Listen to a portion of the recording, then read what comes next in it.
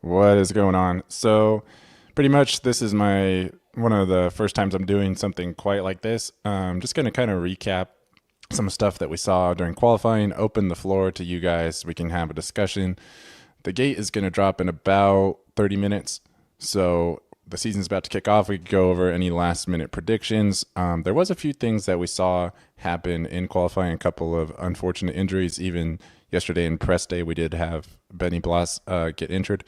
So it kind of go through all that. A little bit of what we saw on the track. If you guys missed qualifying, we'll kind of hit some of the key talking points. So the first thing I want to mention is that we have Benny Blas right here. This is from his story. Really a big bummer. He was kind of him and Mitchell Oldenburg are pretty even, but Benny did have a 7th place last year where Mitchell's best finish was a 9th. Benny's also younger than Mitchell. So Mitchell is going to be holding it down for Team Beta. Benny is on his way back home. So really hate to see that for Benny. He went down during press day. And then Jack Chambers right here. He did go down in qualifying as well. Send a prayer out to him. They had a red flag qualifying. He did look like he was relatively okay. He was upright on the mule. So at least there's that. But that was another casualty before the gate could even drop. And then the next thing I want to talk about is, let's see. So Michael Moseman right here had a moment, got a little wild. And that wasn't the only moment that we saw like that. Christian Craig got pretty loose as well.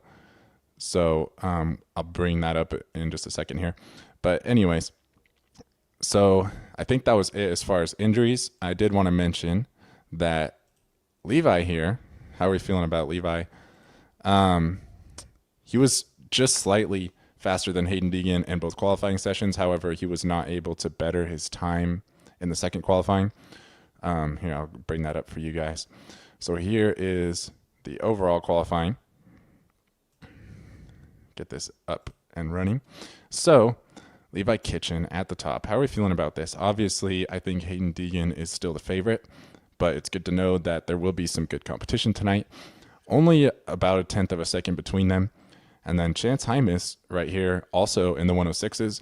A little bit better qualifying time than I was expecting out of him. Ryder D also looking solid. The thing that really I was taking away from all this is Max Anstey here in 7th, almost a 1.5 seconds off of the pace. So I think the big three coming in was definitely Levi, Hayden, and Max.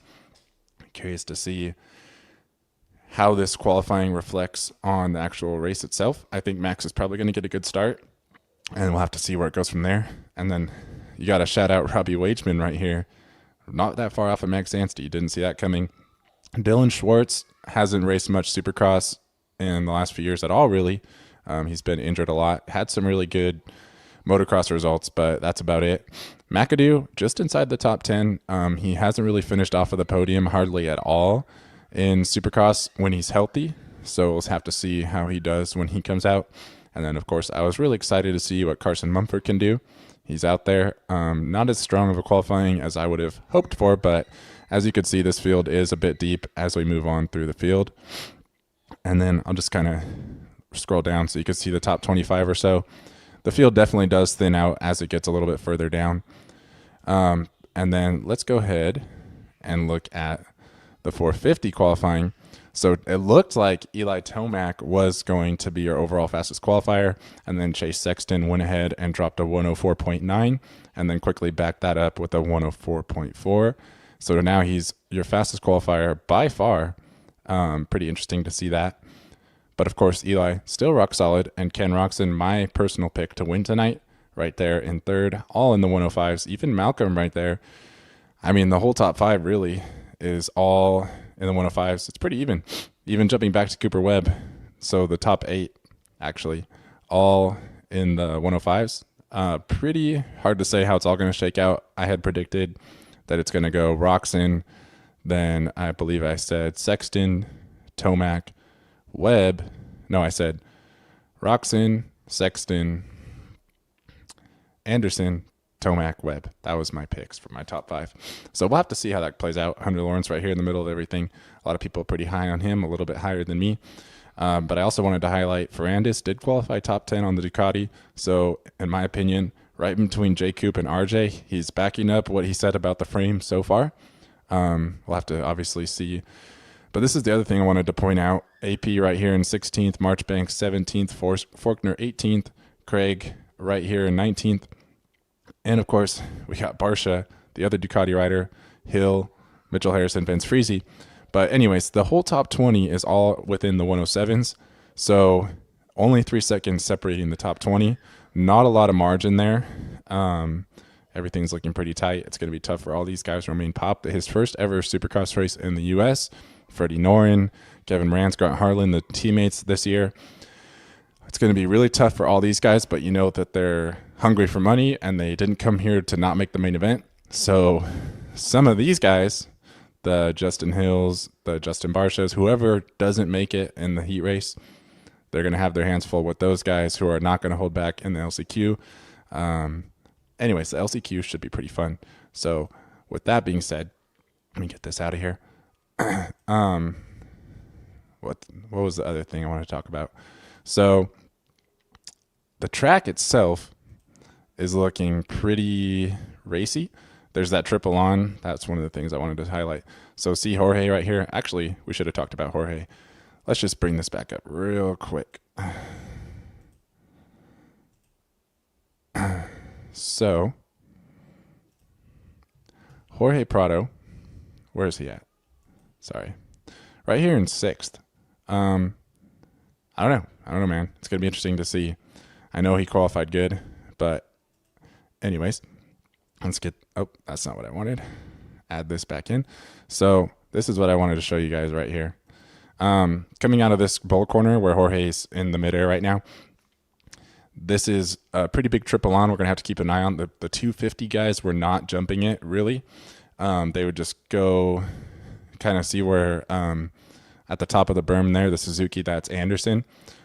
That's really the line you're going to need to take to get the triple on. But some of the 250 guys were still taking that line and then doubling because this triple on is gnarly. So shout out to Jorge for hitting the triple on, first of all. And this is something we're going to have to keep an eye on as far as the difference makers, because I think you can go on off here and then triple out. So it's pretty fast, but it's pretty big commitment, as you could see just by this freeze frame right here. So that's one of the bigger lines on the track that could be, this is the long rhythm lane kind of along the home base side of the stadium. So this is like the longest part of the track that they could fit. I'll let this play out here so you could see what I'm talking about. So you go on off, and then this should be a triple. Nice triple there. Oh, they cut it out. So the whip section has another little triple right after it. Let's see if they show it. Nope, not right there. So all in all, though, I'm pretty excited for the track. I feel like it's definitely going to have a couple of good block. Ooh, Levi going to flat there. A couple of good spots to block pass. That should be exciting. And man, shout out to each and every one of you. We got like almost 40 people in here. So if you guys are here joining me live, I really appreciate that. I'm just trying to give you guys, jump in the comments, give me your opinions. This is a open floor. If you guys have a question or a talking point you want to hit, now's your chance to do it. We got about 20 minutes before the gate drops. So I'll let this live roll out a little bit longer. Let me see here. I wanted to bring up the next thing. So I know Christian Craig had a pretty wild moment. Let me see if I can get his. That was actually yesterday. It wasn't during qualifying, but I think it's still, thankfully he's okay. His season almost got cut short as well. But like I said, he is okay. Here we go. Let me get this up. So here you guys can see, watch this. Little boop and ejection. Luckily, could have been a lot worse. He did come out and say that he's all good. Oh, sorry, I got to add that. You guys are looking at the wrong thing. Here you go. So, Christian, here it comes. Let's cycle back around. Yeah, came up short, full ejection. That could have been bad. He got lucky right here. Check this out one more time. Boom, landed right at the top. Let me see if I could pause it right when he gets over there. Boom, and oh, look.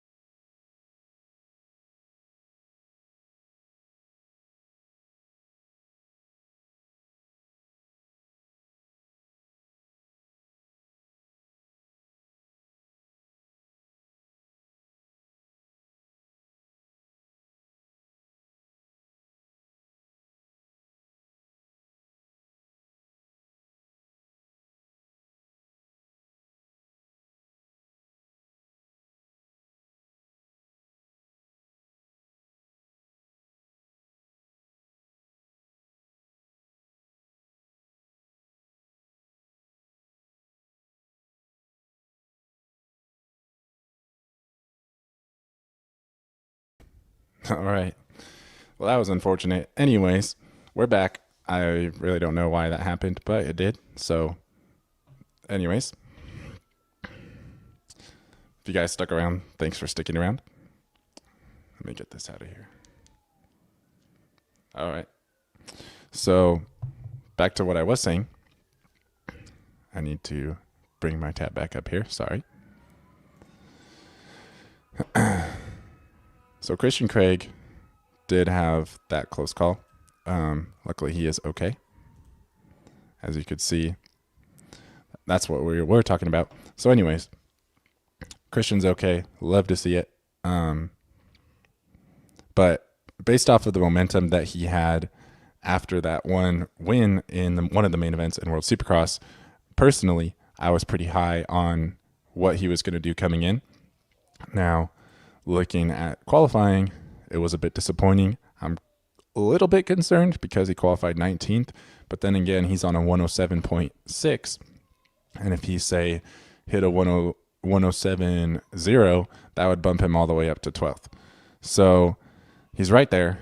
All these guys are right there. Anyways, he's okay. So that's the good news.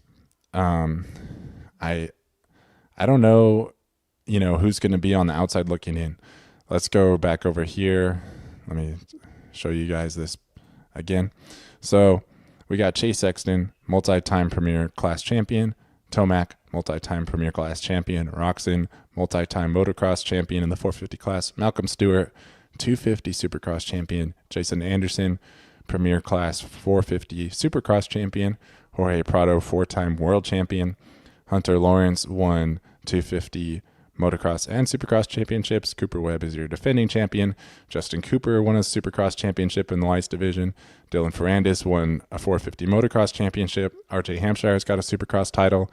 Joey Savacci is the first guy on here who's not a factory rider and doesn't have a championship. So you got to go all the way back to 12th. Multi-time Motocross race winner and Supercross race winner in the 250 class. Pretty excited to see what he could do. I've been kind of saying all offseason he's probably going to be your top privateer rider. Shane McElrath actually right here with him with a much more solid qualifying time than I was expecting. I thought Craig would have been closer, but again, all these guys are super close. Mitchell Oldenburg is probably the biggest outlier here. The best he's done is a couple of podiums in 250 Supercross. No wins. Everybody else on here has all got wins. But even Mitch Oldenburg, he's been on factory teams. He was on Star Yamaha. He was on KTM. Nichols, champion. Plessinger, champion. Marchbanks got that win in Daytona. Faulkner, tons of wins, no championships. Christian Craig, Supercross champion. Justin Barsha, multi-time 450 Supercross race winner. Justin Hill, champion. Oh, and of course, Justin Barsha is a 250 champion as well. And then all the way down to Mitchell Harrison, who was another guy who seemed to make a big step last year to really get away from somebody who's not a race winner or a champion. So you can't fit all 21 or 22 of these guys.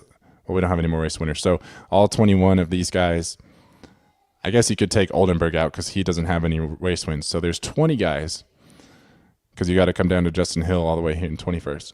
There's 20 race winners and champions in this field right now. And they can't all go straight to the main. So at least 2 of them will be in the LCQ. Then, of course, if you assume Oldenburg didn't make it, which he probably will, then you'd still have Oldenburg. You'd still have 2 of these guys, Mitchell Harrison, Vince Friese, Kevin Morans, Freddie Noren, Grant Harlan, all looking to find their way in. So it's going to be tough. I'm really excited for the 450 LCQ. The 250 LCQ is probably going to be a lot more straightforward. But nonetheless, that's what I have on that. So let me bring this back up here. Let me know what you guys think in the comments below. Who do you have as your picks to bring home? I mean, obviously, I think most people would pick probably Deegan to win 250s. So let's do the 250 podium. Who do you have on there now that we know that Max didn't even qualify in the top 5? And who do you have as far as your 450 top 5, if you can manage that, because the 450 class is super deep. Now, the next thing that I wanted to jump into real quick before we get into the actual, until we end the show, because we're about 12 minutes away from gate drop. I wanted to talk about this right here. So let me get this up for you guys. Not that. This is the new Tough Blocks. So we've heard a lot about them. This is what they actually look like. Now, according to Johnny Hopper, if you guys don't follow him, check him out. This bottom section is weighted, so that way it doesn't easily tip over either. But as you can see, it's got that diagonal cut in order to try to alleviate the foot pegs catching them. And then also, the theory would be if you hit it straight on, you can just kind of ride over it. So interesting new Tough Block design, not what I was expecting necessarily, but I think it's probably pretty viable, especially because now you can kind of fit 2 Tough Blocks in the space of what one used to occupy when you're actually transporting them from race to race. They're probably a little bit heavier since they do have that weighted portion, but I'm pretty excited to at least see them taking a step in the right direction as far as safety goes. Shout out to Germany in the house. Yeah, I think we're all excited. Thanks everybody. Yeah, I wish I could be out there in Vegas with you guys, but shout out to all my friends over there in Vegas racing the nationals at the start of the USA BMX series. Shout out to Kyle. Appreciate you jumping in here. Yeah, Chase is the only one who seems to be on another level. So speaking of Chase, I did want to show you guys something. Let me get this up right here. I gotta go over and grab Chase one moment. So here's Chase right here. He's looking really fast and really smooth. Sometimes those two things don't go together, if you know what I mean. So like I said in the race day updates show, I do think that there is a legitimate chance come the end of the season that we look back at this and we're like, yeah, we should have known that it was just going to be Chase's year. So it didn't go through. Hold on one second. So that should be good. All right. This is what we have on Chase right here. If you're wearing headphones, headphone warning. Catch my breath. Okay. So this is Chase this morning. Oops. Get that out of here. So this was Chase this morning. He looks super flowy, like we said, super fast on the bike. He looks smooth, and he was the only guy to drop down into the 104s. Pretty excited to see what he can do. I hope it's a race. I hope he doesn't just get out in front and get the whole shot and just leave everybody in the dust, which definitely could happen. Remember, he did win here last year. So he's been on the podium 3 out of his 4 Anaheim 1 starts. He's only had 4 450 starts in the class. And out of all 4 of those, he's been on the podium 3 times with that win last year. So definitely a pretty good chance that he comes out here and at least gets on the podium and potentially dominates. I think that we're probably in for something besides that. You know, we could get a Jorge Prado whole shot. We could get a Vince Freezy whole shot. Probably not. He's probably going to have a hard time even making the main. To answer your question right here, James, the race itself is on right now on Peacock. You could pull it up. But the actual gate drop is in about 10 minutes. So if you want to put the broadcast on, it's up right now. You could actually pull up the Supercross broadcast. They do like a little pre-race show. But as far as the actual race, the heat races are going to start in about 10 minutes. So that's kind of why we're in here chopping it up one last time before the gate drop. So with all of that being said, yeah, no problem. Happy to help. Love having you guys in here. I'm thinking, depending on how the races go and what's going on here in the house, I'll probably try to do a reaction show. I'm sure something crazy is going to happen. So if you guys would like to see that or whatever, keep your eye out for it. I'll probably try to do that. And I'm going to try to do more of these throughout the season. But I think we're all pretty excited for Anaheim 1. So I wanted to at least get in here and give you guys a chance to just kind of have something to have an open forum, chat it up a little bit before the race starts. Yeah, live stream. You caught it. You caught it right at the end. But I'm trying to get these more consistent. It's obviously tough with real life scheduling. I may do a reaction show now that these are starting earlier. They're going to be pretty much all starting at 4 Pacific, 7 Eastern, except for the 2 NBC rounds. So, yep. Much love. Appreciate you guys from the UK. Let's all enjoy the races. They're about to start in about 7 minutes. But again, the stream is on Peacock, or if you have the, the international pass, which you probably do, Hank, I'm assuming it should be on as well. Let's see what you got right here. What time do the races start? That is, I'm assuming that's what you meant.